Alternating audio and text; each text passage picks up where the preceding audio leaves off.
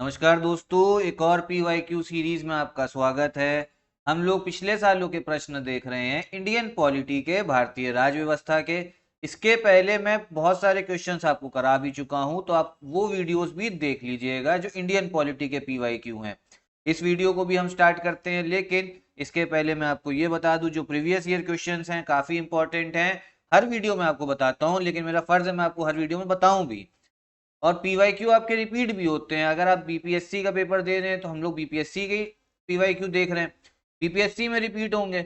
मान लीजिए आपको अगर कोई और पेपर किसी और स्टेट का पीसीएस देने जाना तो उसमें भी रिपीट हो सकते हैं वो क्वेश्चंस, तो इसीलिए पीवाईक्यू पे ज्यादा से ज्यादा जोर दीजिए। ठीक है, तो हम लोग देखते हैं इस वीडियो का पहला क्वेश्चन क्या है। Which has the right to give status of national और regional political parties to different political parties in India. ठीक है, भारत के विभिन्न राजनीतिक दलों को राष्ट्रीय या क्षेत्रीय राजनीतिक दलों का दर्जा देने का अधिकार किसके पास है। अब देखिए, जैसे मान लीजिए आपकी पार्टी है आम आदमी पार्टी, कांग्रेस, फिर बीजेपी। तो बीजेपी आपकी नेशनल पार्टी है, कांग्रेस भी नेशनल पार्टी है। अब इन लोगों को दर्जा कौन देता है? अब जैसे मान लीजिए आपके बिहार में कोई राजनीतिक पार्टी है जेडीयू, अब वो नेशनल है या स्टेट पार्टी होगी, राष्ट्रीय होगी या क्षेत्रीय, तो ये दर्जा कौन देता है? हर पार्टी को, हर पॉलिटिकल पार्टी को, राजनीतिक पार्टी को एक दर्जा मिलता है कि वो राष्ट्रीय है या क्षेत्रीय है। तो इस क्वेश्चन में यही पूछा जा रहा है कि ये दर्जा कौन देता है। ठीक है, तो क्या है ऑप्शन? पार्लियामेंट, संसद, प्रेसिडेंट, राष्ट्रपति, इलेक्शन कमीशन, चुनाव आयोग या सुप्रीम कोर्ट, सर्वोच्च न्यायालय। अब देखिए, राजनीतिक पार्टियों की बात हो रही है तो राजनीति से मतलब है और चुनाव से मतलब है, तो आप खुद सोचिए कौन सा ऑप्शन हो सकता है। तो करेक्ट आंसर इसमें होगा आपका इलेक्शन कमीशन, चुनाव आयोग। ठीक है, क्योंकि चुनाव आयोग पे ही जिम्मेदारी है निष्पक्ष आपका चुनाव कराने की, फ्री एंड फेयर चुनाव कराने की इंडिया में। तो इसीलिए जो राजनीतिक दर्जा है, चाहे राष्ट्रीय पार्टी हो या चाहे क्षेत्रीय, कौन देगा? वो देगा आपका चुनाव आयोग। अगला क्वेश्चन है, whose prior consent is essential for money bill. धन विधेयक के लिए किसकी पूर्व सहमति आवश्यक है? क्या ऑप्शन है? प्रधानमंत्री, वित्त मंत्री, वित्त मंत्री मतलब फाइनेंस मिनिस्टर, भारत के राष्ट्रपति, या इनमें से कोई भी नहीं। देखिए, जो धन विधेयक होता है, पहली बात तो ये समझिए कितने तरीके के बिल हैं, कितने तरीके विधेयक है। एक आपका हो गया संविधान संशोधन बिल विधेयक, ठीक। दूसरा हो गया आपका साधारण विधेयक, फिर धन विधेयक। एक और होता है, वो आप कमेंट बॉक्स में बताइएगा। अब जो धन विधेयक होता है, इसको अगर आपको इंट्रोड्यूस करना है, अगर संसद में इंट्रोड्यूस करना है, तो इसके लिए आपको पहले जो सहमति चाहिए, जो कि प्री कंसेंट चाहिए, मतलब आपको इसकी मंजूरी चाहिए। और वो कौन मंजूरी देता है? वो देते हैं भारत के राष्ट्रपति। तो ये ध्यान रखिएगा, सिर्फ एक बिल है मनी बिल, जिसकी परमिशन कौन देंगे? भारत के राष्ट्रपति। और इन्हीं की परमिशन से इंट्रोड्यूस होगा वो बिल, मनी बिल। ठीक है, ध्यान रखिएगा। नेक्स्ट क्वेश्चन है, which is the house where chairperson is not the member of that house. वह कौन सा सदन है जहां अध्यक्ष उस सदन का सदस्य नहीं है? लोकसभा, राज्यसभा, विधानसभा या विधान परिषद। अब देखिए, लोकसभा के जो अध्यक्ष होते हैं, स्पीकर, वो लोकसभा के सदस्य होते हैं। ऐसी विधानसभा, विधान परिषद में भी है। लेकिन राज्यसभा एक ऐसा सदन है जहां पे जो अध्यक्ष हैं वो आपके होते हैं उपराष्ट्रपति, वाइस प्रेसिडेंट। जी हाँ, वाइस प्रेसिडेंट होते हैं राज्यसभा के अध्यक्ष। अब वो राज्यसभा के सदस्य भी नहीं होते हैं। तो इसका करेक्ट आंसर है ऐसा सदन, ऐसा हाउस जहां पे जो अध्यक्ष है वो उसके सदस्य भी नहीं है, वो है राज्यसभा। ये मैं पिछली वीडियोस में आपको बता भी चुका हूं। जो वाइस प्रेसिडेंट होते हैं उनको एक्स ऑफिशियो चेयरमैन भी बोला जाता है, किसका? राज्यसभा का। जो वाइस प्रेसिडेंट बनेंगे वो अध्यक्ष ऑटोमेटिक बन जाएंगे राज्यसभा के। ठीक है, तो ये ध्यान रखिएगा। नेक्स्ट क्वेश्चन क्या है, with which the 73rd amendment of the constitution is related. संविधान का 73rd संशोधन किससे संबंधित है? ये मैं पिछली वीडियो में बता भी चुका हूँ। म्यूनिसिपल कॉर्पोरेशन, नगर निगम, हाउस रेंट एक्ट, मकान किराया अधिनियम, पंचायती राज एक्ट, पंचायती राज अधिनियम, increased salary and DA of MPs, बढ़ा हुआ वेतन और सांसदों के डीए। तो जो 73rd संशोधन है किससे संबंधित है बता भी चुका हूं मैं पिछली वीडियोस में आपको। ये संबंधित है आपके पंचायती राज एक्ट से, पंचायती राज अधिनियम से। ठीक है, और कौन से साल में पारित हुआ ये आप अपने कमेंट बॉक्स में बताइए, क्योंकि मैं पिछले वीडियो में बता भी चुका हूँ ये। और ये क्वेश्चन घुमा के पूछ भी लेगा। अब समझ में आ रहा है?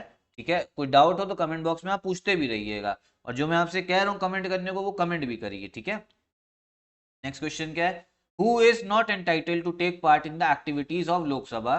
लोकसभा की गतिविधियों में भाग नहीं ले सकता, इनमें से कौन नहीं? Controller and auditor general of India, Bharat के नियंत्रक और महालेखा परीक्षक, attorney general of India, Bharat का महान्यायवादी, सॉलिसिटर जनरल या secretary to president of India, Bharat के राष्ट्रपति के सचिव। तो देखिए इसमें कौन कौन पार्ट नहीं ले सकता, जो कंट्रोलर एंड ऑडिटर जनरल है वो भी ले सकते हैं, भारत के नियंत्रक और महालेखा परीक्षक, इनका काम क्या होता है, इनको कैग भी बोला जाता है, CAG भी बोल देते हैं शॉर्ट फॉर्म में। इनका काम ये होता है कि जितना भी खर्चा सरकार कर रही, चाहे केंद्र सरकार चाहे राज्य सरकार, उसका ऑडिट करना कि वो पैसा सही जगह खर्चा हुआ है या नहीं हुआ है। ठीक, अटॉर्नी जनरल भी पार्टिसिपेट कर सकते हैं, सॉलिसिटर जनरल भी, लेकिन जो राष्ट्रपति के सचिव हैं, secretary to president of India, ये लोकसभा की गतिविधियों में हिस्सा नहीं ले सकते। तो इसका करेक्ट आंसर है आपका D, secretary to president of India. Next question, in which amendment the words social, secular and unity and integrity of the nation were added to constitution of India, किस संशोधन में भारत के संविधान में सामाजिक, धर्मनिरपेक्ष और एकता और अखंडता शब्द जोड़ा गया? कौन कौन सा, 42वें, 44वें या 52 या इनमें से कोई भी नहीं? तो इसका जो आपका करेक्ट आंसर है वो है 42nd कॉन्स्टिट्यूशनल अमेंडमेंट एक्ट जब पास हुआ था। जब अच्छा प्रियम्बल बना था शुरू में तो उसमें ये सब वर्ड्स नहीं थे, सेक्युलर वर्ड भी नहीं था। बहुत लोग कंफ्यूजन होती है कि सेक्युलर वर्ड जब प्रियम्बल बना था तभी था, संविधान जब बना था, संविधान के साथ में प्रियम्बल बना था, लेकिन शुरू में प्रियम्बल में सेक्युलर वर्ड नहीं था। ये सारे वर्ड ऐड हुए हैं 42वें संविधान संशोधन से, 42nd कॉन्स्टिट्यूशनल अमेंडमेंट से। और जो बात हो रही social, secular, unity and integrity, किसमें मेंशन्ड है? ये मेंशन्ड है आपके प्रियम्बल में मेंशन्ड। ठीक है, नेक्स्ट क्वेश्चन देखते हैं। In Indian constitution article 370 is related with which topic? भारतीय संविधान में अनुच्छेद 370 किस विषय से संबंधित है? जम्मू कश्मीर राज्य, अनुसूचित जातियों जनजातियों का आरक्षण, reservation of schedule caste and schedule tribes, Punjab और हरियाणा राज्य या कर्नाटक और तमिलनाडु? देखिए 370 तो बहुत फेमस है, इसको 2019 में केंद्र सरकार ने हटा भी दिया था। तो ये किससे रिलेटेड है? ये है आपके जम्मू और कश्मीर राज्य से।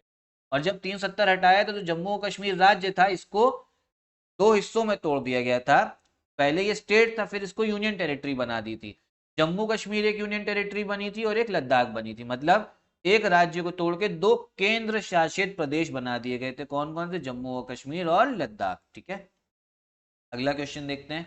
Which of the following statements is not true for doctor Manmohan Singh?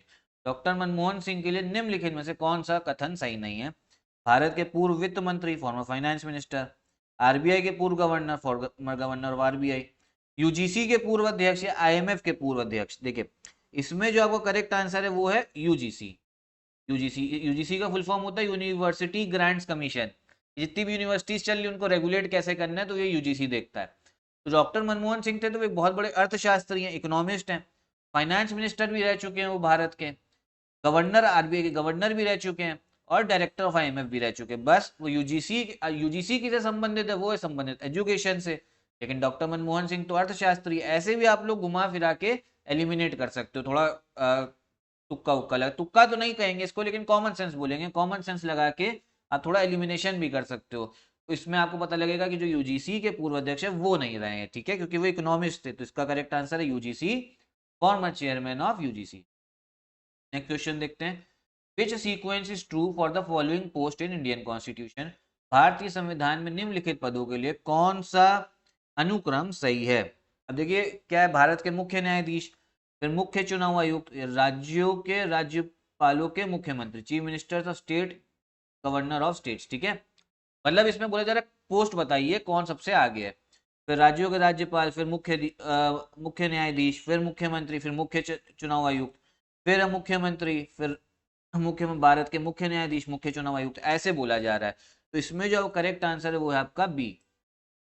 जो करेक्ट आपका वो है ऑर्डर कौन सा? गवर्नर ऑफ स्टेट्स, फिर चीफ जस्टिस ऑफ इंडिया आएंगे, फिर आएंगे चीफ मिनिस्टर ऑफ स्टेट्स, फिर आएंगे चीफ इलेक्शन कमिश्नर। ठीक है, तो पहले कौन आ गया? राज्यों के राज्यपाल, फिर आ गए आपके मुख्य न्यायाधीश, ठीक है, मतलब सबसे ऊपर कौन आ रहे हैं? गवर्नर आ रहे हैं।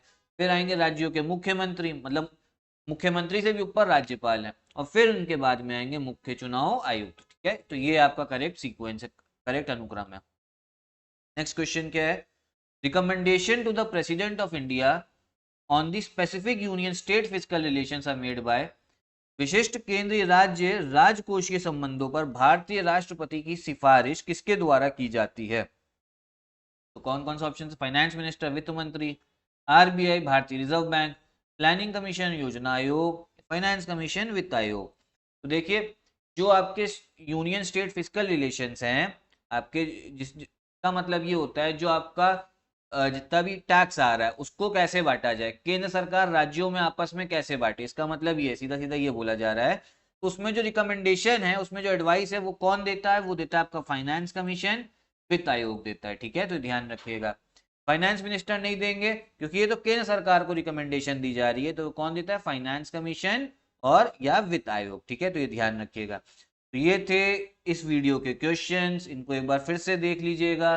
कोई डाउट हो तो उसको कमेंट बॉक्स में पूछिए। वीडियो पसंद आया तो लाइक करिए और चैनल सब्सक्राइब करिए। यहीं पे वीडियो भी खत्म करते हैं। धन्यवाद।